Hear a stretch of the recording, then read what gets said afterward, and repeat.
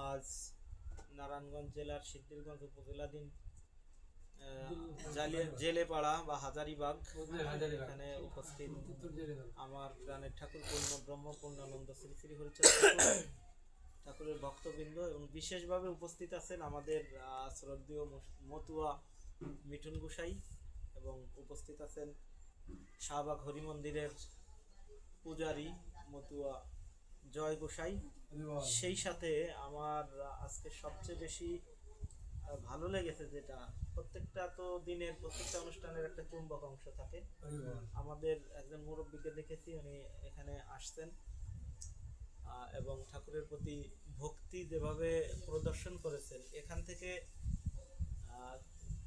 কিছু কথা আসলে ওই সময় মনে পড়ে যায়। সেটা হলো গুরুচাঁদ ঠাকুর একটা কথা বলে গেছেন, নম শূদ্র কুলে জন্ম হয়েছে আমার, তাই বলে আমি নই নমর একা, দুঃখিত পীড়িত যারা দুঃখে কাটে কাল, শুষ্ণে শুষ্ণে বলে যত জলচল, সেই সবে জানি আমি আপনার জল। কোনো এক সময় আমাদের এই ভারত ভূমি বা সারা পৃথিবী ধরতে পারেন, অন্য অন্য অঞ্চলে বৈষম্যটা আরেকটু ভিন্ন রকম ছিল। আমাদের এই ভারত ভূমে যে সনাতন ছাড়া তো আর কিছুই ছিল না। তো একটা সময় ইসলাম প্রচার শুরু হয়, তখনও সনাতনের প্রাদুর্ভাব ছিল। সনাতনকে এই যে একটা কথা বলা হয়েছে যে প্রচারিল গুরুগম্য সূক্ষ্ম সনাতন ধর্ম, এই সনাতনের যে সূক্ষ্ম অংশ, এই সূক্ষ্ম অংশকে বিকৃত করে একটা শ্রেণী বিভিন্ন প্রকার গ্রন্থ, শাস্ত্র গ্রন্থ লিপিবদ্ধ করে, সনাতনের মূল গ্রন্থগুলোকে বিকৃত করে, বর্ণ প্রথাকে সৃষ্টি করে, উঁচু নিচু ভেদাভেদ তৈরি করে, জল অচল প্রথার তৈরি করে। এখানে গুরুচাঁদ ঠাকুর তাই বলতেছেন, শুষ্ণে শুষ্ণে বলে যত জল অচল, অর্থাৎ যাদেরকে ছোঁয়া যায় না, যাদের হাতের জল গ্রহণ করা যায় না, আমি তাদের আপনজন। এখন দেখেন, যখন ইসলাম প্রচার শুরু হলো, কিছু কিছু মানুষ ইসলাম গ্রহণ করলেন, তখনও কিন্তু এই যে অস্পৃশ্য প্রথা, তখন এমনও কিছু বিষয় ছিল যে শুধু নিম্নবর্ণের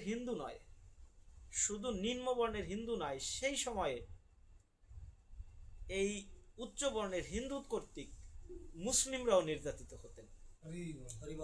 এটা খুব বেশি দিন আগের কথা না, যারা মুরব্বী আছে তারাই এখনো দেখবেন যে উচ্চ বর্ণের হিন্দুদের কর্তৃক নির্যাতনের যে গল্প তারা এখনো বলে। এই জায়গার থেকে এই হরিচাঁদ ঠাকুর গুরুচাঁদ ঠাকুর ঘোষণা করলেন, নরাকারে ধরা পড়ে যতজন আছে, নরাকারে ধরা পড়ে যত জাতি আছে, এক জাতি বলে মান্য পাবে মোর কাছে।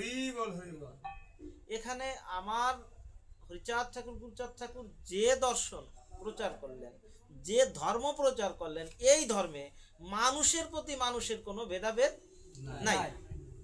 একজন মানুষ ইসলাম ধর্ম ত্যাগ না করেও মতুয়া হতে পারে।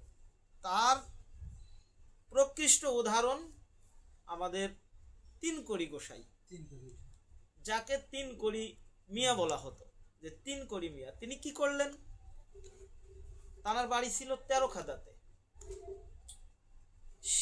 একটা মতুয়ার দল যাচ্ছিলেন, আমার যতদূর জানা ততদূর হচ্ছে হুকরা নিবাসী রূপচান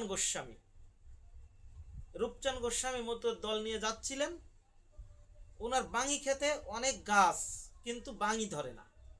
বাঙি তো বোঝেন, স্থানীয় ভাষায় বাঙি তো চেনেন, ফ্রুট বলে যেটা বিভিন্ন জায়গায়।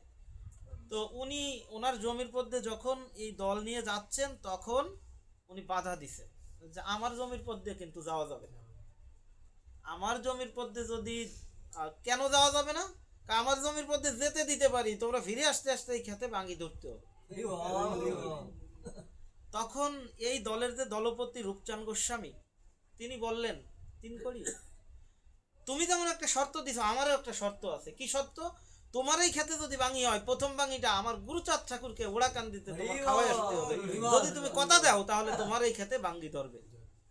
দুইজনের সাথে কড়ালবদ্ধ হলেন, এই শর্ত নিয়ে আমরা গেলেন। তখন হেঁটে হেঁটে যেত, ভক্ত বাড়ি বাড়ি প্রসাদ নিতে নিতে যাওয়া আসা করতে অনেক সময় লেগে যেত। যখন ফিরে আসে, তখন এই খেতে প্রত্যেকটা পাতার ডগায় ডগায় বাঙ্গি ধরেছে। বাঙ্গি ধরার পরে কথা অনুযায়ী তিনকড়ি মিয়া প্রথম গুরুচাঁদকে এই বাঙ্গি খাওয়ায় আসে। এই গুরুচাঁদের ওড়াকান্দি পদার্পণ, প্রথম পদার্পণ। আস্তে আস্তে তিনিও তো মুসলিম সন্তান, তানার ভিতরে সন্দেহ দানা বাঁধতে থাকে। একটা সময় সে ঠাকুরের ভক্ত হয়ে যায়, কিন্তু ঠাকুরকে সে পরীক্ষা করতে চায়, যে আমি পরীক্ষা করে দেখবো যে ইনি কেমন ঠাকুর। বাঙ্গি কি এমনিতেই হলো না তার আশীর্বাদে বাঙ্গি হলো, তার ভক্তের আশীর্বাদে বাঙ্গি হলো। তখন সে চিন্তা করলো যে এই চাড়ালের ঠাকুরে আমি গরুর মাংস খাওয়াবো, চাড়ালের ঠাকুরে আমি গরু খাওয়াবো, দেখি কেমন ঠাকুর। সে গরুর মাংস রান্না করে হাড়িতে করে এই গরুর মাংস নিয়ে ওর শ্রীধামের উদ্দেশ্যে রওনা দিলেন। ঠিক সেই সময় যখন তিনকড়ি মিয়া রওনা দিলেন, তখন অস্ট্রেলিয়ার মিশন খ্রিস্টান ধর্ম প্রণেতা মিশনারি সিএস মিট সাহেব গুরুচাঁদের গদিঘরে উপস্থিত ছিলেন। গুরুচাঁদ বলতেছে, মিট সাহেব, মিডের ভিতরেও গুরুচাঁদ সম্পর্কে সন্দেহ দানা বাঁধছে যে ইনি কি সত্যি ঠাকুর নাকি কোনো জাদুকর। মিট সাহেবকে গুরুচাঁদ ঠাকুর বলতেছে, মিট সাহেব, আমার এক ভক্ত আসতেছে মিষ্টি নিয়া, অমুক সময়ে মিষ্টি নিয়ে এসে পৌঁছাবে, তুমি তার ভিতরে সন্দেহ। বাবা আমি তাহলে ঘড়ির টাইম দেখলাম অমুক টাইম আসে কিনা। যখন সবাই সময় আগত হলো, শুধু মিট সাহেব ঘড়ির দিকে তাকায়, বাবা তোমার ভক্ত তো মিষ্টি নিয়ে এখনো আসলো না। মিট সাহেব এখনো সময় আছে, তুমি অপেক্ষা করো। আমার গুরুচাঁদ ঠাকুর যে সময়ের কথা বললেন, সেই সময় তিনকড়ি মিয়া একটা হাড়ির ভিতরে সেই গরুর মাংস নিয়ে গদি ঘরে উপস্থিত, যে বলতেছে, বাবা তোমার জন্য আমি মিষ্টি নিয়ে আসছি। তিনকড়ি, তুই আমার জন্য মিষ্টি নিয়ে আসছিস, তা দে, তোর মিষ্টি খাবো জন্য সবাই বসে আছে, সব ভক্তরা বসে আছে, দে আমার হাতে। তখন মিষ্টির হাড়ি গুরুচাঁদের হাতে দিল। গুরুচাঁদ তার মাথায় এসে গিয়ে বলল, তিনকড়ি রে, আমাকে মিষ্টি খাওয়ানোর জন্য যেহেতু তুই মিষ্টি নিয়ে আসছিস এত পথ, সেই 13 খাদার থেকে কষ্ট করে এই মিষ্টিটা তুই ভক্তদের মধ্যে বিলি করে দে। তখন তিনকড়ি মিয়া যখন সেই মিষ্টির গরুর মাংসের হাড়ির মুখ খুলে দেখতে পায় যে হাড়ির মধ্যে শুধু মিষ্টি আর মিষ্টি, সেই মিষ্টি ভক্তদের খাওয়াইয়া তিনকড়ি মিয়া ঠাকুরের পায় নিজেকে সমর্পণ করে এবং একজন প্রকৃত মতুয়া হিসেবে নিজে এই জগতে আত্মপ্রকাশ করে। সেই তিনকড়ি মিয়ার মতুয়ার দল এখনো পর্যন্ত সেই ওড়াকান্দিতে যে বারুণী স্নান ঠাকুরের আবির্ভাব তিথি উপলক্ষে হয়, সেখানে সেই তিনকড়ি মিয়ার দল এখনো পর্যন্ত সেখানে যায় সেই পুণ্য স্নানে। এভাবে হাজারো মুসলিম আমার ঠাকুরের ভক্ত হয়েছে।